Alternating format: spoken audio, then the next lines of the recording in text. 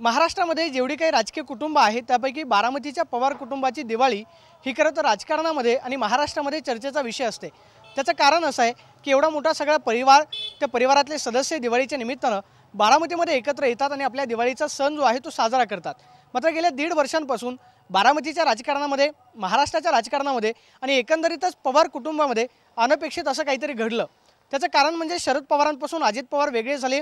अजित पवारांनी राष्ट्रवादी काँग्रेस त्याचबरोबर पक्षाचं चिन्ह घड्याळ हे आपल्याकडे मिळवलं आणि त्याचा परिणाम म्हणून खरं तर शरद पवारांना लोकसभेला पक्षाचं नवीन नाव आणि नवीन चिन्ह घेऊन निवडणूक लढवावी लागली। खरं तर दिवाळीच्या निमित्तानं राज्याच्या राजकारणामध्ये चर्चेचा विषय असतो ते म्हणजे शरद पवार, अजित पवार एकाच व्यासपीठावरती असतात आणि राज्यभरामधून आलेल्या कार्यकर्त्यांच्या शुभेच्छा ज्या आहेत ते शरद पवार आदरपूर्वक त्याचा स्वीकार जो आहे तो करतात। मात्र गेल्या 1.5 वर्षांपूर्वी ज्यावेळेस राष्ट्रवादी काँग्रेस पक्षामध्ये फूट पडली त्यावेळेसच खरं तर प्रश्न विचारण्यात येत होता तो म्हणजे दिवाळीच्या निमित्तानं शरद पवार आणि अजित पवार एकत्र येतील का। मात्र गेली दिवाळी खरं तर पवार कुटुंबाने एकत्रित साजरी केली। त्याचं कारण म्हणजे भाऊबीजेच्या दिवशी अजित पवारांच्या घरी सगळं कुटुंब जे आहेत ते एकत्र आपल्याला पाहायला मिळालं आणि भाऊबीजेच्या दिवशी शरद पवार त्याचबरोबर अजित पवार, सुप्रिया सुळे हे सगळेच आपल्याला अजित पवारांच्या घरी पाहायला मिळाले। मात्र आता जशी जशी विधानसभेची निवडणूक लागली त्यानंतर खरं तर पवार कुटुंबामधला अंतर्गत वाद जो आहे तो चव्हाट्यावरती आला असं म्हणायला हरकत नाही। कारण ते म्हणजे शरद पवारांनी अजित पवारांच्या विरोधामध्ये कुटुंबातलाच म्हणजे अजित पवारांचे सख्खे बंधू श्रीनिवास पवार यांचा मुलगा युगेंद्र पवारांना अजित पवारांच्या विरोधामध्ये विधानसभेची निवडणूक जी आहे ती लढवण्यासाठी मैदानामध्ये उतरवलं। त्यामुळे बारामतीच्या राजकारणामध्ये खरं तर लोकसभेला ननंद विरुद्ध भाऊजाई असा एक संघर्ष आपल्याला पाहायला मिळाला। मात्र आता विधानसभेला चुलत्या विरुद्ध खरं तर पुतना असा एक संघर्ष आपल्याला पाहायला मिळतोय। त्यामुळे दिवाळीच्या निमित्तानं पवार कुटुंब एकत्रित येणार का किंवा पवार कुटुंबामध्ये खरंच दुरावा निर्माण झालाय का हा प्रश्न या निमित्तानं उपस्थित झालाय। त्याचं कारण म्हणजे पवार कुटुंबाचा दिवाळी पाडवा जो आहे तो स्वर्गीय आप्पासाहेब पवारांनी आपल्या सगळ्या परिवारातले सदस्य एकत्रित यावा यासाठी सुरू केलेला होता आणि त्याचं कारण म्हणून शरद पवारांना खरं तर राज्यभरातले अनेक कार्यकर्ते हे दिवाळी पाडव्याच्या निमित्तानं शरद पवारांना शुभेच्छा देण्यासाठी भेटत असतात। दिवाळी पाडव्याचं निमित्त काही का असना मात्र शरद पवारांना भेटावं आणि त्यांना शुभेच्छा द्याव्या एवढ्याच हेतूनं राज्यभरातले असंख्य कार्यकर्ते हे बारामतीमध्ये जमत असतात। मात्र यंदा 2 दिवाळी पाडवे जे आहेत आपल्याला बारामतीमध्ये पाहायला मिळणार आहेत। एक म्हणजे बारामतीतल्या गोविंद बागेमध्ये शरद पवारांचा दिवाळी पाडवा आणि दुसरा म्हणजे अजित पवार हे काटेवाडीमध्ये आपला दुसरा दिवाळी पाडवा जो आहे तो घेणार आहेत।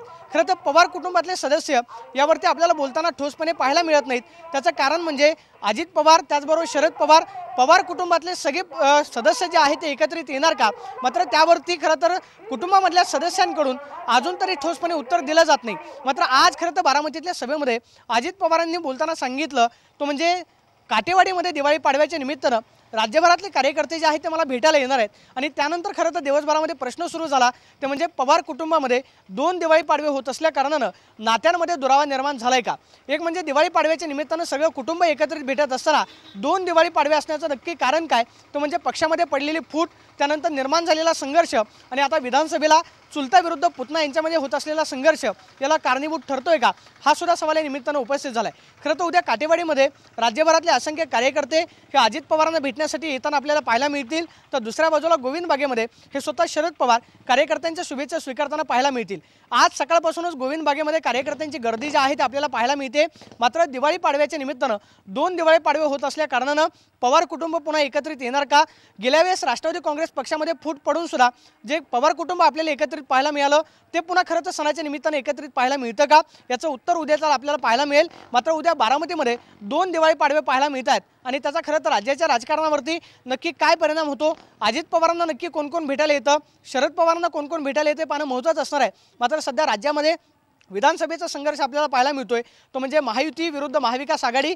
सुद्धा महाविकास आघाडीचे शिल्पकार म्हणून शरद पवार हे राज्याच्या मैदानामध्ये पाहायला मिळत आहेत। त्यामुळे खरं तर दिवाळी पाडवा झाल्यानंतर शरद पवार राज्याच्या संपूर्ण भागामध्ये आपल्याला प्रचार करताना पाहायला मिळतील। दुसऱ्या बाजूला आज अजित पवारांनी बारामती तालुक्याचा दौरा केला आणि दौरा करत असताना बारामतीकरांना सुद्धा एक भावनिक आवाहन जे आहे ते अजित पवारांकडून करण्यात आलं ते म्हणजे गेल्या अनेक वर्षांपासून 7 वेळा बारामतीकरांनी आमदार म्हणून मला निवडून दिलंय आणि 8व्या वेळ खरं तर तुमची लोकप्रतिनिधी म्हणून सेवा करण्याची संधी द्यावी असं आवाहन आज दिवसभरामध्ये अजित पवारांनी केलेलं पाहायला मिळालं।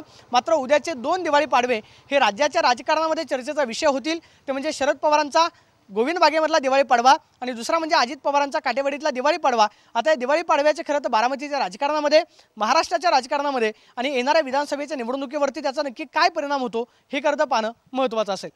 कॅमेरा पर्सन तुषार ननावरेसह मी प्रदीप कापसे, TV9 मराठी, बारामती।